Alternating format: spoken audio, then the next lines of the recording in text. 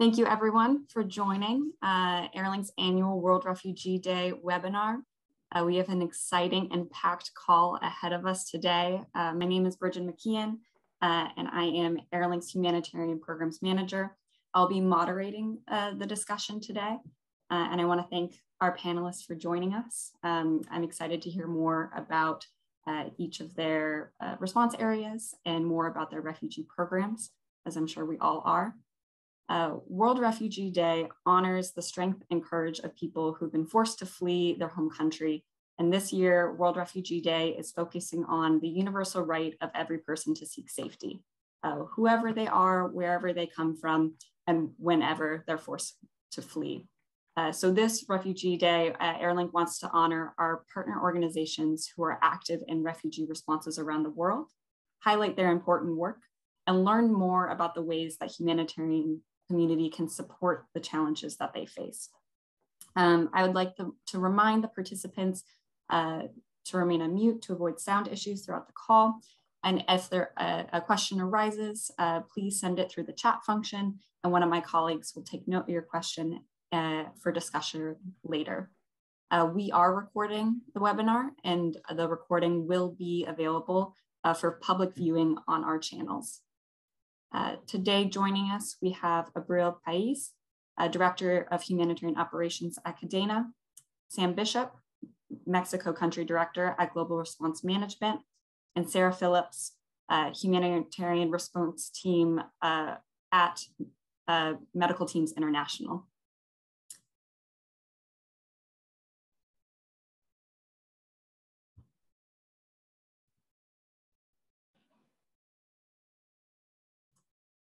To begin, before turning it over to our panelists, I do want to give a brief introduction about Airlink and the work that we're involved in the humanitarian space.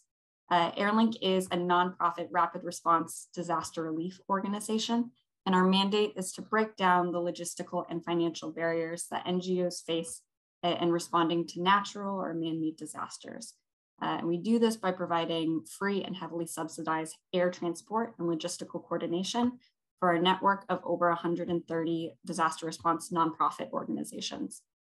This is possible due to long-term relationships that we have with commercial airlines around the world who provide Airlink with access to airlift to harness the power and speed of aviation. And because of these partnerships, we have moved over 4.3 million pounds of supplies, over 8,000 responders across 100 humanitarian disasters over the life of the organization. And that is only possible thanks to the support of our socially responsible airline and logistics providers and the expertise and commitment of our nonprofit partners. And with that brief introduction, I'd like to turn it over to my colleague, Ashley. Thank you, Bridget. Good morning, everyone. I want to thank everyone again for joining us today. My name is Ashley Lucio. I'm Airlink's Humanitarian Programs Associate. And to start off and sort of set the stage for the panelists we'll be hearing from today, I wanted to give a brief overview of the current displacement situation and also briefly go into Airlink's impact and the work that we do alongside our partners to support displaced communities around the world. So to start, what we're seeing on the screen right now is some numbers that really show how dire the global displacement crisis is today. According to the UNHCR in a report that was released just yesterday, the world has reached the dramatic milestone of 100 million displaced people this month. This is an increase of over 10 million since the end of 2021, just 6 months ago when the figure was 89.3 million.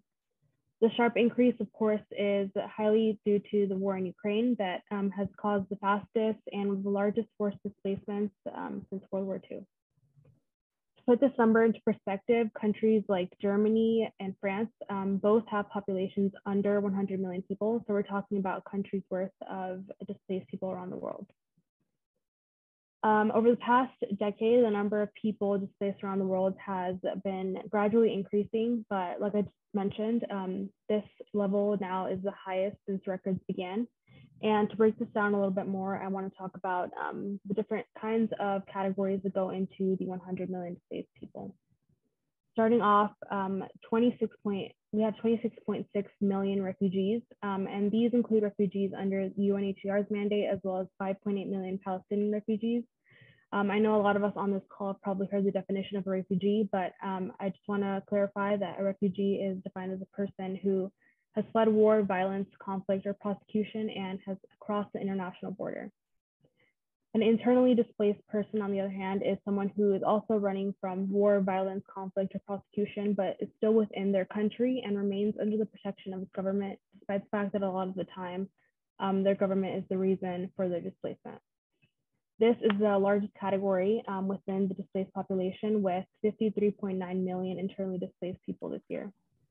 2021 was actually also recorded as the 15th consecutive annual increase in IDP population around the world. Under this figure, it also includes 4.4 million asylum seekers and 4.1 million Venezuelans displaced abroad. By the end of 2021, 83% of refugees were hosted by low and middle income countries that often lack the resources and the capacity to support them.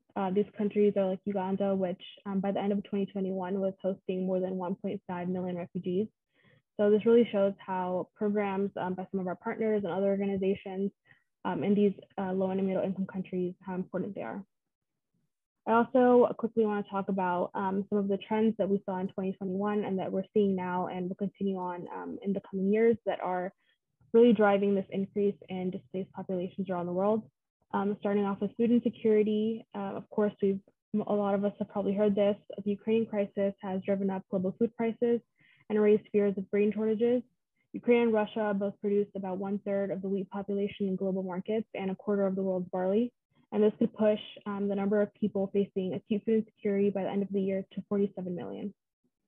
Some of the main countries of this could affect include Nigeria, Somalia, Ethiopia, Egypt, and Yemen, which are all countries that are already facing displaced crises. 2021 also saw a huge increase in conflict-induced displacement, which generally refers to displacement caused by humans. And examples of this are the war in Ukraine and the escalation in violence caused by criminal groups in Latin America, as well as the conflict in the Tigray region. And lastly, climate change, which is a huge, powerful driver of internally displaced populations specifically. In a report released by the World Bank, it found that today's climate crisis could force up to 216 million people across 6 regions of the world to move within their country by 2050. And as we saw, the number of IDPs is already the biggest category in this figure. So this is something that we definitely have to keep an eye on for that. Next slide, please. And lastly, I want to talk about Airlink's impact and the long history that we have of supporting displaced communities. Over the last 10 years, we've supported more than 68 missions with 25 NGOs, and that ranges from initial assessments when a disaster strikes to emergency response and long-term recovery. I mean, I do want to flag that the numbers that we're seeing on the screen are specifically for programs that set out to support refugee communities. But of course, a lot of the programs that our partners undertake do overlap with supporting other displaced communities such as IDPs and asylum seekers. To date, Airlink has supported missions that have brought relief to refugee communities across the globe and resulted in over 203 tons of supplies delivered, and that includes our most recent Ukraine shipments. Over 325 responders deployed, including doctors, nurses, people who provide psychosocial support and coordination in refugee and IDP settlements. Over 1.3 million in transportation relief, including our cargo and personnel operations. Over 25 nonprofits helped, 1.8 million people provided with healthcare services and supplies, 31,000 people provided with wash assistance, and this includes programs to build wells that provide clean, safe drinking water to IDPs. 2.8 million people provided with food aid, and 15,000 people provided with shelter and non-food items. And with that, I want to turn it over to our first panelist, Avril Paez. She is CADENA's Director of Humanitarian Operations and has been in charge of the international humanitarian interventions for 4 years, highlighting the migrant crisis in Mexico, the drought response in Kenya, the migrant crisis in Colombia, on the Venezuelan border, and several disaster response interventions over different types for COVID-19 and hurricanes Eta and Iota. She coordinates the Center for Migrant Women on the Venezuelan and Colombian border, and she's in charge of several long-term projects with migrants in Mexico. This year, she was extremely active in initiating CADENA's Ukraine response. Severity, over to you. Thank you, Ashley, and thank you everyone from Airlink and everyone being here for listening for this really important topic that is really relevant for the humanitarian world. So today I'm going to give a really short presentation of the two projects that we are doing in CADENA thanks to Airlink support. The first one is a humanitarian response for the Ukraine crisis in Poland's border. And the other one is a project as well for refugees in the Venezuelan border with Colombia in a community called Cucuta.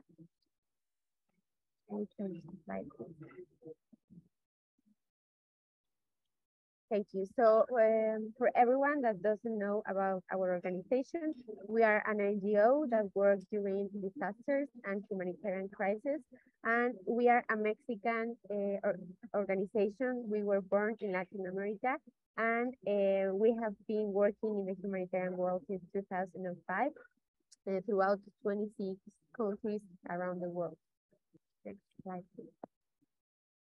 So what are we doing in Ukraine response? We have been there since the beginning of the conflict response. So the first objective of our response is in the immediate border between Ukraine and Poland in a place called Medica, where we are offering and providing in-kind items for the most basic needs for the refugees that are crossing into Poland. That was the majority at the beginning, but right now the majority of the people are actually going back to Ukraine. So there are also needs that need to be taken into consideration, especially because the majority of the people are unaccompanied children and women and the elderly. So it's really important to be there as well. Next.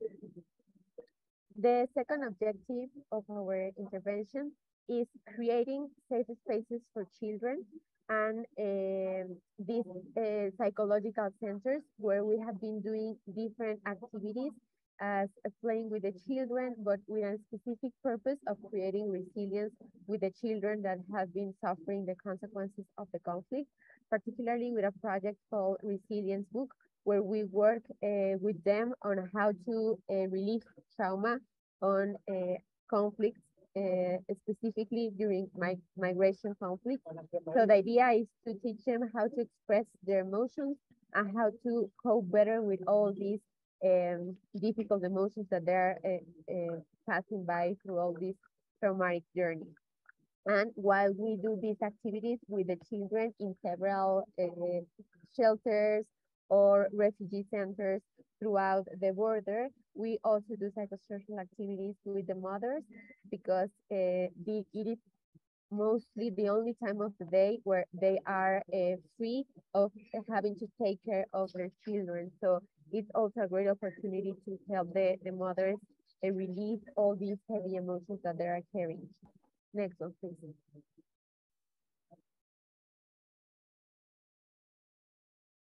The third response that we have been doing that has been wonderful is a project where we reallocate refugees that want to go to Spain. So we are working with local NGOs in Spain that are offering them with all the help you can imagine. We are providing them with transportation from this refugee center in the Ukraine's border and Poland. And when they get to Spain, they have already a host family. We help them to find a job. They receive Spanish classes. They are incorporated into the health system. They are provided with a legal assistance that will give them all the paperwork that they need to be part of all the community in Spain. And we have been sending over 3,000 refugees since the beginning of the conflict. Next one.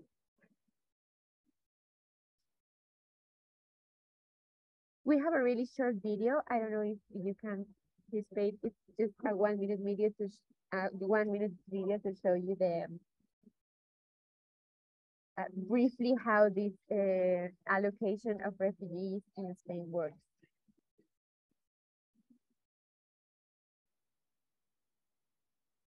Actually, do you want me to share the video or do you have it there? Yeah, Bridget's going to share in a little bit. Okay. Thank you.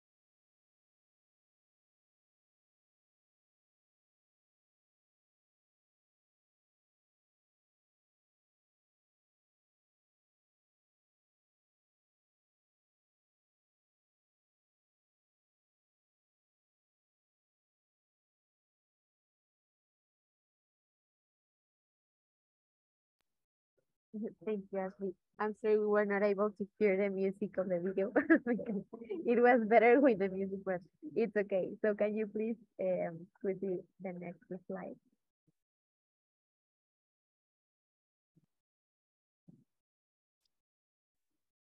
Thank you. Okay. And the other objective we have is that we have been moving humanitarian aid inside Ukraine, where we have been receiving donations from many places around the world. And we have a warehouse inside Poland. And we have been working with a network of orphanages and hospitals inside Ukraine, where we deliver every day humanitarian aid to all the places that we are mapping that need. So it is a great network because they're actually the orphanages, schools, and hospitals, the ones who tell us what is needed. And then we communicate all these needs to many countries around Europe and even Latin America. And this is how we've been collecting all the in-kind donations to get there. We are still doing this operation. The next, please.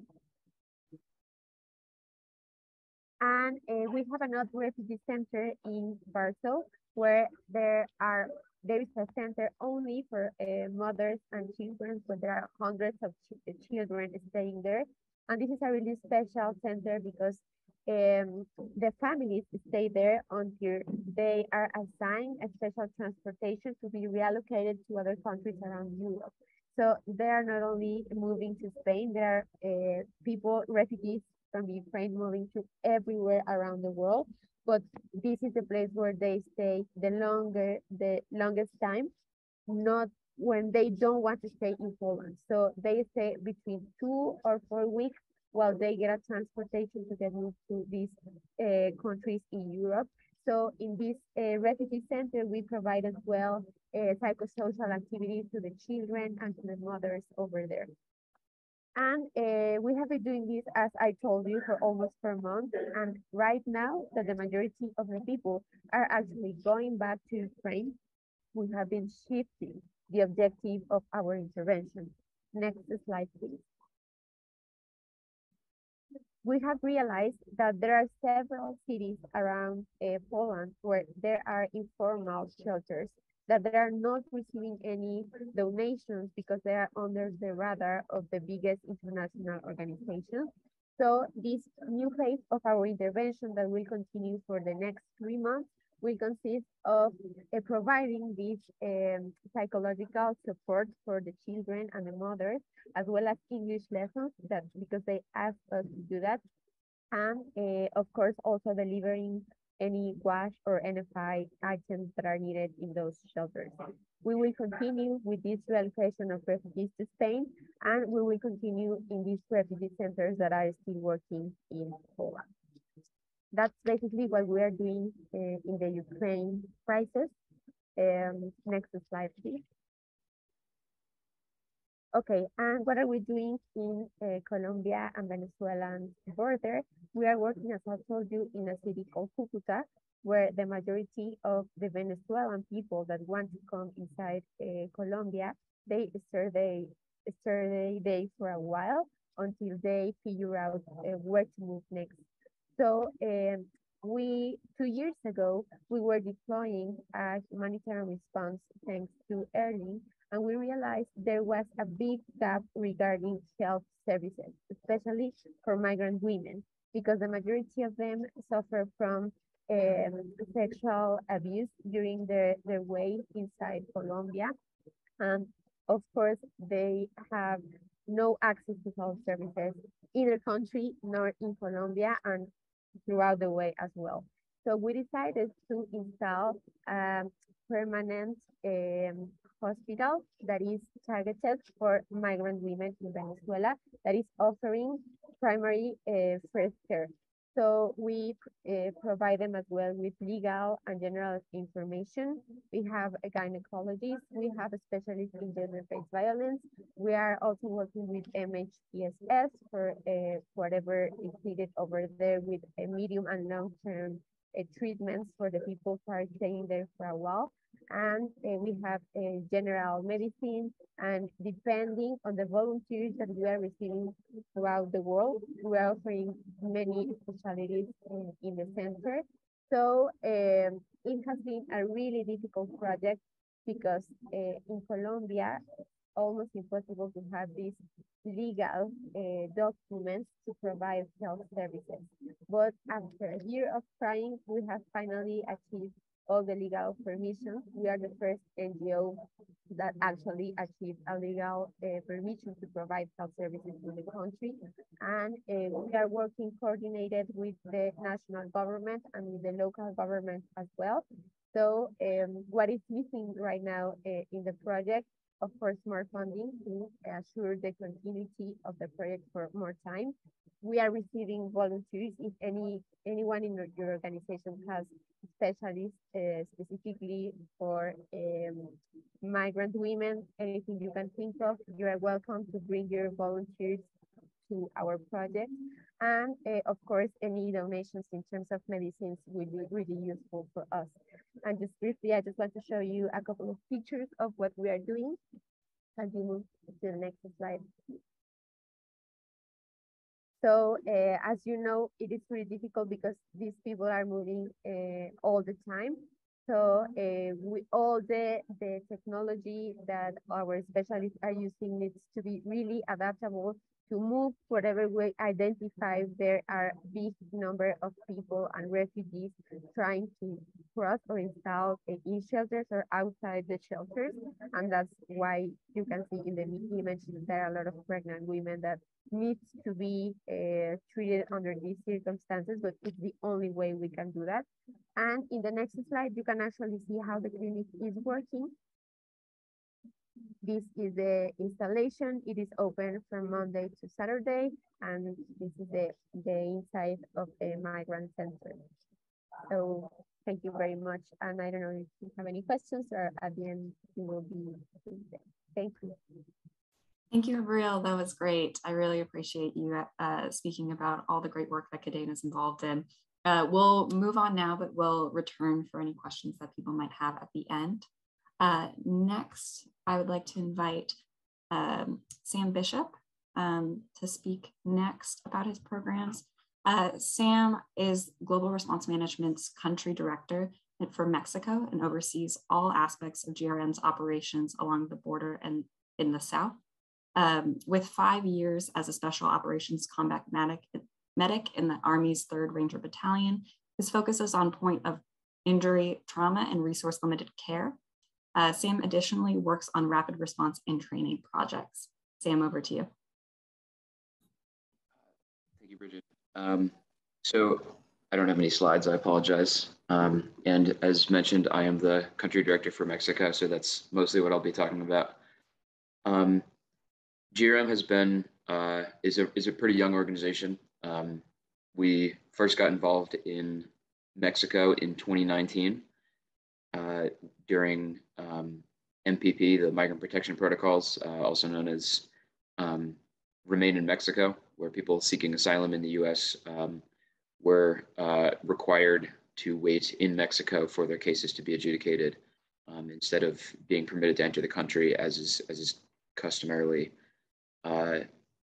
considered to be international law for asylum. During that time, because people were not able to enter the US, a camp formed in a city known as Matamoros on Mexico's northern border, just across the river from Brownsville, Texas. And we began working in that camp, providing primary medical care to the asylum seekers, and continue doing that in Matamoros, though the camp has closed to this day. We also have a project in Reynosa, which is another border city with the US, as well as in Tapachula, which is also a border city, but with Guatemala. So as caravans enter the US, there's one that just left Tapachula in the last couple of weeks that's been getting a lot of publicity because it's particularly large. People will enter into Mexico, and then as caravans form to start working their way northward, they typically are breaking off from Tapachula, as well as some other places. The reason I say form in Tapachula as opposed to continue through Tapachula is the way the Mexican migratory and immigration processes work. It's almost as if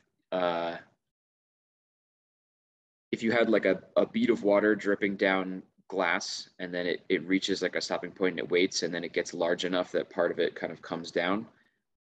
That's sort of, Tapachula is sort of that middle point, right? Like people come where people enter Mexico, they register with the Mexican system, they wait or don't for permission to travel within Mexico, and then they continue on. So our work, as I mentioned, is primary outpatient care. In all three cities, there are large semi-transient populations of internally and externally displaced people who are engaged in some point along this migratory process from Central and South America and Mexico and up towards the US. The healthcare infrastructure and systems that are in place in Mexico are not typically made available to them in a substantive way, despite what is on paper supposed to happen. So in many of these cities, we are really the only option for displaced people without resources to access medical care. The scope of our work in all three sites is comparable. We, in addition to general primary care, a large focus is OBGYN and pediatrics. There are a lot of patients for both of those in this, and I would imagine all displaced populations. And in another area of particular need that is particularly challenging to meet is mental health care. Part of the reason this is so challenging is because the population is so transient, and it is very challenging to address mental health care needs for people who you may only have access to for a short period of time. It's typically a much longer process, and that's not unique to mental health care, but the nature of the provision of mental health care makes that a particular challenge. So that's something that we're always working to address. Another area that has been relevant over the last couple of years is, as for everybody, COVID-19. We in 2020 constructed a field hospital in Matamoros, but that has Interestingly enough, the case severity rate in this population is very low. And these days, most of the COVID testing we do, and we do a very significant amount, we probably do more COVID tests than primary care consultations. And we're doing, you know, over 100 primary care consultations in a lot of the sites every day. Most of those tests are enabling the people who receive them to have access to either shelter space or to whatever exception processes exist in the U.S. exception or the U.S. immigration process currently. So our model is a mix of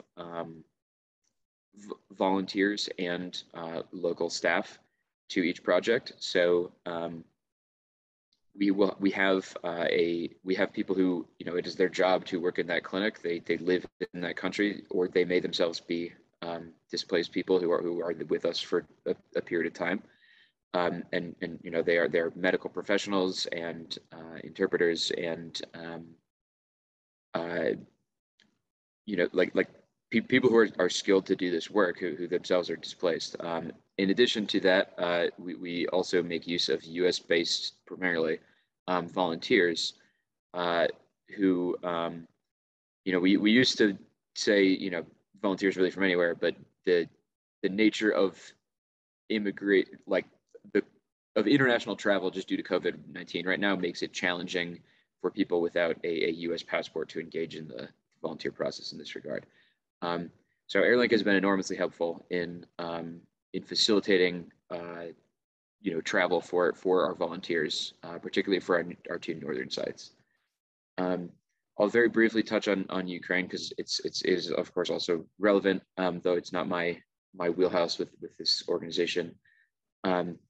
We have been responding to Ukraine for a few months now. We have 3 different arms to our work there. One is training and in combat casualty care for territorial defense forces, as well as in tactical medicine for Ukrainian providers. Another is basically critical care transport from Ukrainian medical facilities to medical facilities either further from the front or outside the country. And then the last one is forward surgical teams at Ukrainian healthcare facilities close to the front line. Due to the nature of that work and that conflict and the security situation, I can't really go into the specifics of where different things are located, but that's been going on for a few months now. And again, Airlink has been enormously helpful in being able to get people out there and actually able to do the work. So I'd be happy to answer any questions once we get to that point, and that is what I have for you today. Thank you, Sam. That was excellent. I appreciate you going into both detail about both of those responses. And Airlink has been very happy to support the critical volunteers that you guys are sending. We've been happy to have it. And then last but not least, I want to introduce Sarah Phillips, Senior Response Manager at Medical Teams International. Sarah is a nurse practitioner with US-based chronic disease management experience in resource-poor populations, as well as international infectious disease holistic management experience in vulnerable populations. Her primary research interests include outbreak response, as well as refugee and IDP health access support. And she's worked overseas with IMC, Samaritan's Purse, MedAir, and Medical Teams International. I'm going to share the slides briefly. All right, over to you, Sarah. Thank you so much, Bridget. Hopefully everyone can hear me. Yes, okay, great. For those of you who don't know Medical Teams, we are a US-based NGO with a primary focus on health in displaced populations, so both refugees and internally displaced people. We work to restore health as a first step to restoring hope, and believe that every individual has value and deserves a chance at a better life. We work sort of tangentially in some other sectors, including nutrition and WASH, but our core programming is always health related. You can go to the next slide, please. So I'm going to talk about two responses that we have been doing over the last month to year or so. And the first is our response to the northern Ethiopia crisis. We have responded in both Ethiopia and Sudan to the Tigray crisis. And in Ethiopia, we have done that through several key avenues, including direct health services. We've managed mobile health and nutrition teams since May of 2021, and have at this point had over 52,000 consultations in Tigray through our mobile teams. And then we also do significant amounts of health system strengthening, restoring health facilities that have been damaged and looted, and restoring them to functionality. Nutrition is becoming an increasingly important aspect of our programming because of the growing crisis on the Horn of Africa. Go to the next slide, please. So as I mentioned, we started in the spring of 2021 in Ethiopia and in Sudan. And now we are in the process of opening our third office in a third region, Ethiopia. So our office in Tigray there in the north, and Amhara just south of that. And then towards the east is the Afar region, which borders both Eritrea and Somalia. Our funding is primarily from ECHO, WHO, and UNFPA, although we have a PRM grant coming through very shortly, which we're excited about being able to expand from working with IDPs to also including refugees, Eritrean refugees in Ethiopia. We are seeing significant population movements. As some of you may know, there's a bit of a tenuous ceasefire with the northern Ethiopia crisis, and this has resulted in a fair bit of population movements across borders between Amhara and Tigray. In Afar, which is a very, very arid region that's very austere with pretty poor health outcomes, the needs are significant and probably will only be growing as we head closer and closer to what many are calling a coming famine. In Tigray, the health and nutrition situation continues to deteriorate just as a function of time. It's been so long since inadequate aid, since enough aid has been allowed into the region that, you know, for example, we treat hundreds of children with severe acute malnutrition. And there have been many, many, many weeks that we have had no nutrition commodities to provide for those children, which is a pretty dire scenario to be in.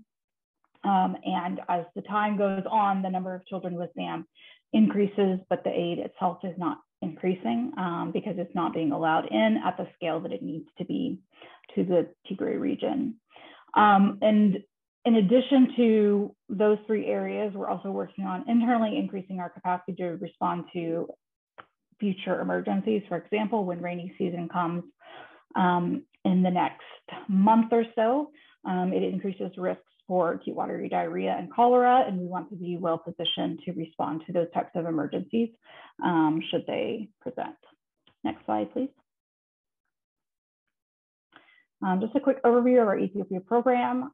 We're, like I said, mobile health and nutrition teams, health system strengthening. We also have a very, very robust community health arm where we go door to door and provide everything from health education to vaccinations to family planning.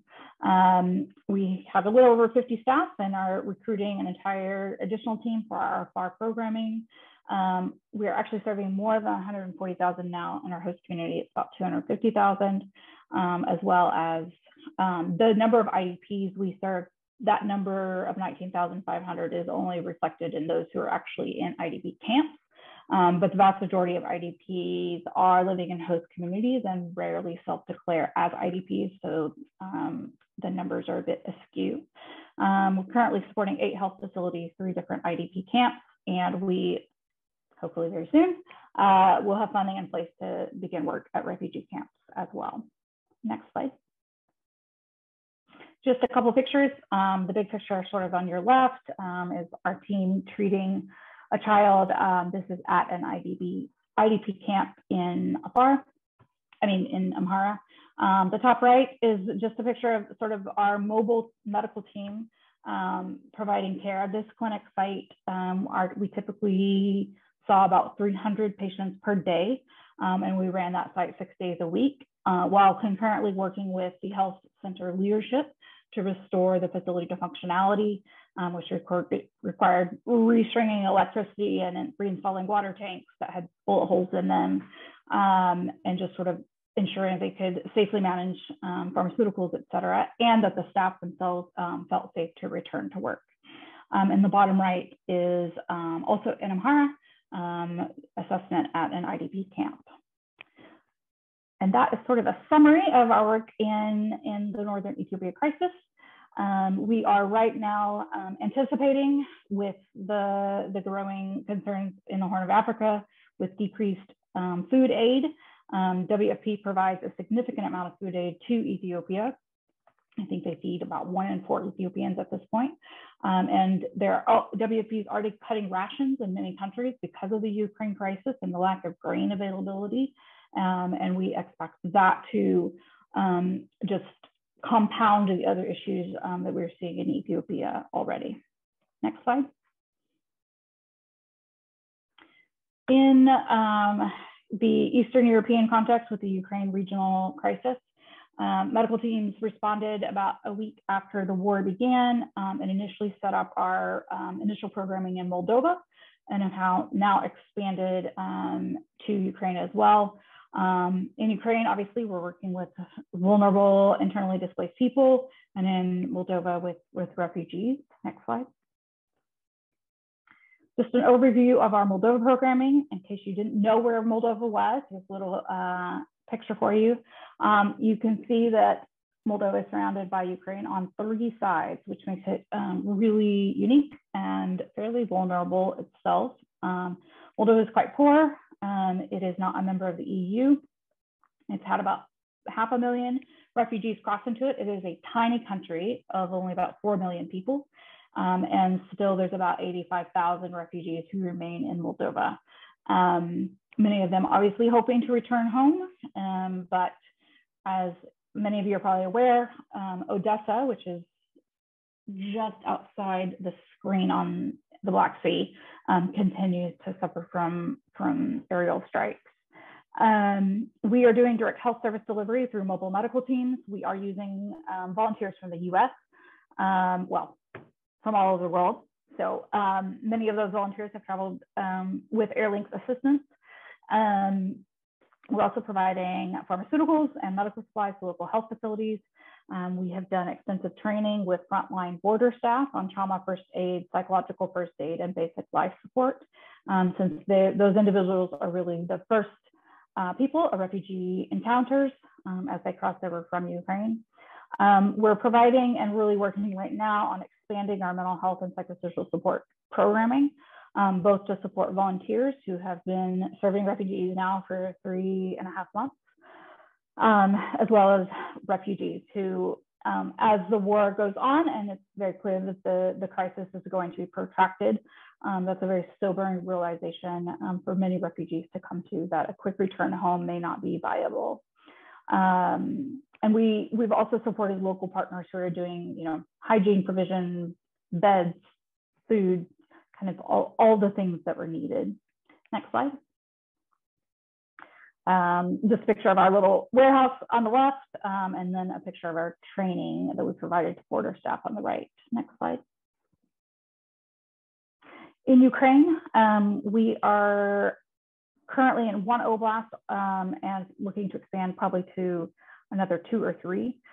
We are actively working on hiring a first mobile medical team, which we deployed to the village level. There's quite a few, there's hundreds of thousands of IDPs in Western Ukraine where we are right now. And as we know, this response is really unique because we're working in the context of a country that had a very functional health system and really infrastructure altogether pre-conflict. And in many places that remains in place and functional. But very few systems in the world can endure the pressure of, you know, an extra 20%, 30%, 50% of demand and volume. And so really identifying sort of the gaps in the system and where the real needs are has been a lot more challenging, honestly, than in some other contexts in the world where you just need to bring the whole field hospital with you, so to speak. That's not the right size intervention for Western Ukraine. We are going to have a strongly MHPSS focused response. We're building out a mental health and psychosocial support team that will include psychologists and social workers. Many of the challenges that IDPs are facing is just sort of variable understanding of services that are available to them and not consistent access to those services. Everything from where do you get food, where do you get hygiene supplies, what are the schooling options for children, how do we get blood pressure medicine for our grandfather. All of these pieces contribute to the stress and anxiety on top of the trauma that many have already experienced. We are working with the regional psychiatric hospital in this region that is supporting an entire unit that was entire facility that was evacuated from Luhansk. And we're providing sort of a comprehensive package of support, including everything from beds and linens to psychologists to food to pharmaceuticals, because that, you know, everyone is aware those people and residents of that psychiatric facility will not be able to return anytime in the coming months. Next slide. A couple of pictures. On the left is a collective shelter site at an elementary school. We're sort of looking ahead to a couple of key things that are going to happen in Ukraine in the coming months. One is the restart of school. Many areas in Western Ukraine are hoping to restart school by September 1st. And there are hundreds and hundreds of schools that are housing refugees or IDPs. And so those people are going to have to find alternative housing. And so there's a great deal of work being done right now to coordinate that effort.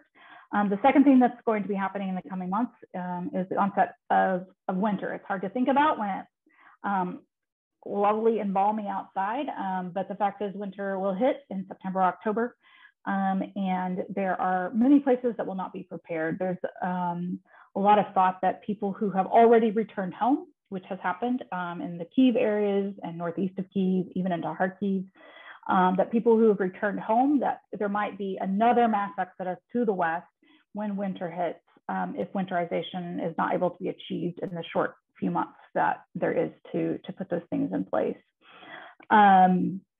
We are, in the coming week or so, headed east to set up a sort of similar type of response with the mobile medical teams, medical supplies, and mental health and psychosocial support in some areas in which the health cluster has requested additional health partner support. So we are waiting on a couple of additional team members to get here. I think they're flying with Airlink, and we'll be able to get an additional sort of operational base established. Next slide. I think that's everything. Yes. So back over to you, Bridget. Happy to answer any questions anyone has. Thanks for listening.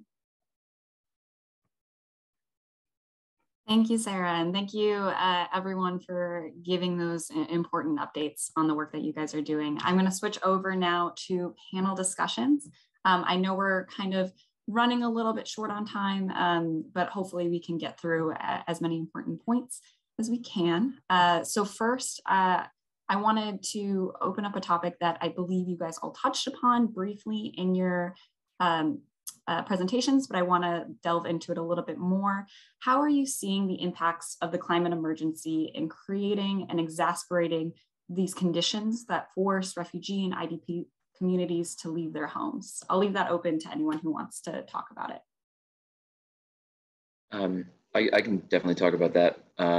In 2020, the camp that we were, working in Matamoros actually flooded due to a hurricane. It was, part of the problem with not having a planned international response that creates a camp like this and letting it rise organically is that it was built inside of the flood break for the city. Like the area was designed to flood. So it's something everyone saw coming, but while that was all going on, Guatemala, and particularly, rural, mountainous, primarily indigenous areas of Guatemala were being really, really hardly hit or heavily hit by another hurricane. We would end up doing a short-term response down there. There were indigenous villages in these mountains that just due to the dramatic grading of the elevation, some of their town center areas were 200 meters underwater, which is an incomprehensible amount of water to people who live in a non-mountainous area, I think. But people's places that their grave sites for their villages were underwater, and bodies were coming up and stuff. It was really, really bad. And a lot of these are people that even within their own country are not treated as first-class citizens. They're an indigenous population, and if you know anything about really any country anywhere, you can imagine kind of some of the problems that they face, to exacerbate the problem for them is many of them speak an indigenous language and not Spanish. So it is very hard even for resources within their own country to address that. And when they do end up starting to migrate north, they face additional challenges because not only can they not interact with the U.S. immigration system in their own language, they can't interact with any of the immigration systems of the countries along the way there in their own language. We saw people from these villages later on at our other project sites in Mexico. So it is absolutely the case that climate change is one of the root drivers of migration, unfortunately, you can tell sad stories about migration for any reason, but it's definitely something we're seeing, we're doing the same thing at the end here, right? We're doing medical care for people, but we definitely see the effects of that. Thank you, Sam. Would anyone else like to speak on that topic as well? I think just the reality that, when we're in both the crises I shared about with Ethiopia and Ukraine, you have this conflation of conflict with climate. And in Ethiopia, this is around rainy seasons, and the rainy season has gotten a lot less predictable than it used to be. And the planting window in Ethiopia is extremely short. And there was intended to be a ceasefire during planting season at the end of the last summer in Ethiopia to allow farmers to plant.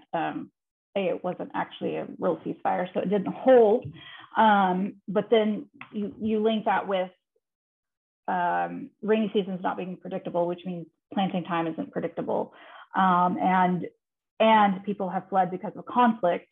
So then who goes back?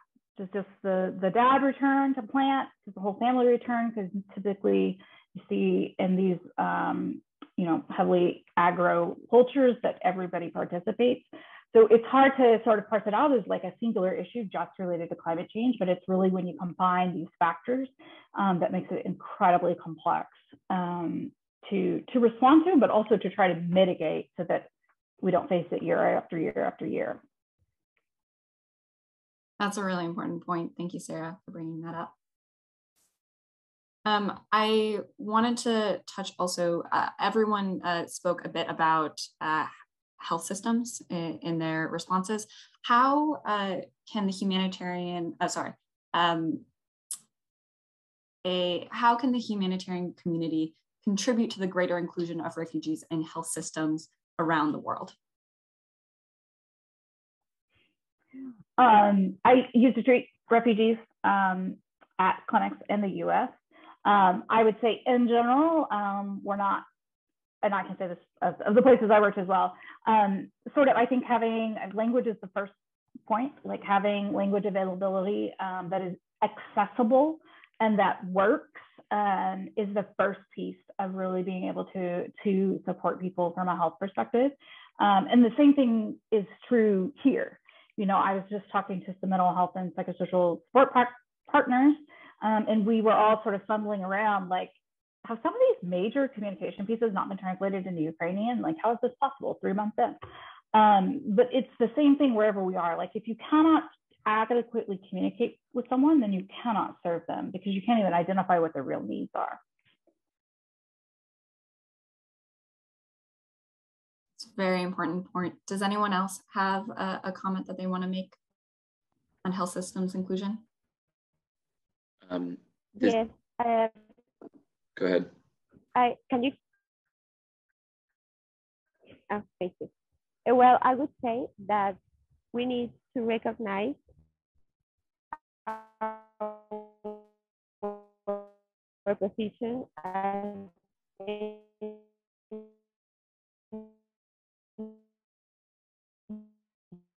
NGO.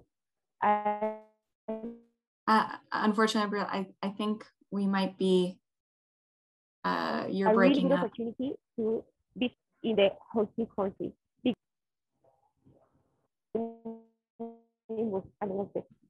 Can you hear me now? I'm unfortunately, I think you're breaking up. Maybe we can try again in a minute. I want to give Sam a chance to answer as well. Yeah, this is talking about, you know, what can NGOs do to help, you know, facilitate access to the existing health system for the migrant population. Speaking only to Mexico, you know, migrants are supposed to have access to the public and the Social Security health care system. That often is not the case in practice. And we have found that really active case, like if we're referring someone to the health system it is in the country, active case management, to include even going with the patient to their appointments or to the facility is very helpful, because it frankly is just harder for them to turn them away if there's either someone from the host country there who can advocate for them and say, look, I know, we both know how this is supposed to work, and like this is bullshit what you're doing. So that is that's definitely that's something we've noticed, is that we can use our ability to, our, like, the fact that we are recognized more as, people with agency, to afford some of that to the population. Thank you. And then just very quickly before we end the webinar, I do want to ask one more question because we have members from across the humanitarian community on the call here today and who will have access to this webinar. As we all know, the needs of refugee and IDP communities continue long after the initial attention and energy has fallen out of the media's attention. How can humanitarian and philanthropic sectors continue to amplify the voices and the needs of refugees after that initial reaction ends? Man, let me know if you find out.